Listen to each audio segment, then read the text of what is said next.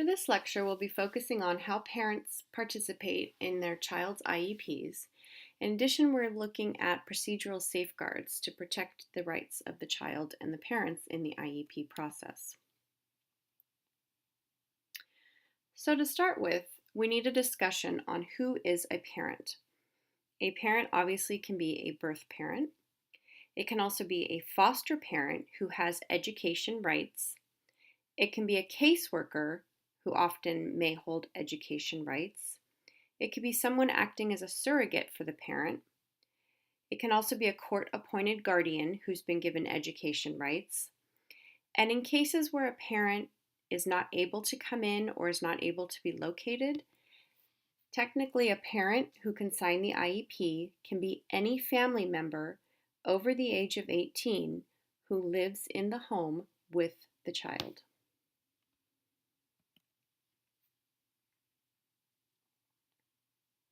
In terms of consent and age of majority, consent must be given for an initial evaluation of a student, and it also must be given for any special education services that a student receives. There is one instance where an absence of consent can still mean that the IEP can move forward with services, and this is only at triennial 3-year reevaluations, because it is considered the parent's initial consent for the initial evaluation still is a consent for you to assess their child. However, an absence of consent may only be used if you have exhausted all measures in trying to locate the parent to issue consent for the reevaluation. When there is a 2-household child, meaning their parents are divorced or are not married, you have to find out who holds the education rights for the child, and that parent is the one that needs to sign the IEP. If the parents share education rights 50-50, then that means both parents need to sign the IEP. In terms of an age of majority, this is where students turn 18. And at the IEP, when they're 17, about to turn 18, you need to address that within the IEP. And there is an age of majority statement that the parents must sign saying that they realize that their student will need to sign the IEP after they turn 18.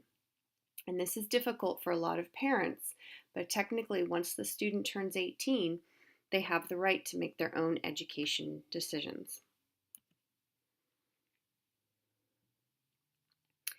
IDEA principle number 6 has to do with procedural safeguards. And these are that parents may examine all educational records of the student, which goes back to the discussion on FERPA, meaning the parents have access to their child's records and can request copies. Parents always may participate in any decisions that are made about their child. They may protect the rights of their child. They may receive written notice in their native language, and this goes back to our discussion on language diversity. You must address those needs of all your parents.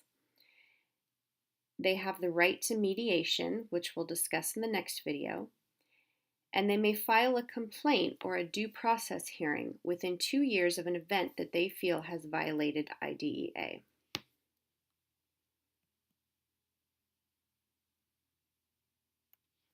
The key ideas I want to leave you with in terms of parent participation and consent are that collaboration is everything, and you need to build trust with the parents that you work with.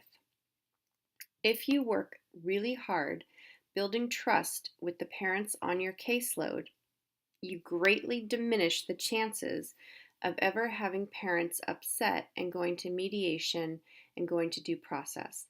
If a parent trusts you and trust the decisions that you are making and that you are suggesting in an IEP meeting, then you are much likely to have a collaborative relationship with a parent as opposed to an adversarial one. In the next video, we will look at mediation and due process when unfortunately relationships with parents can turn adversarial.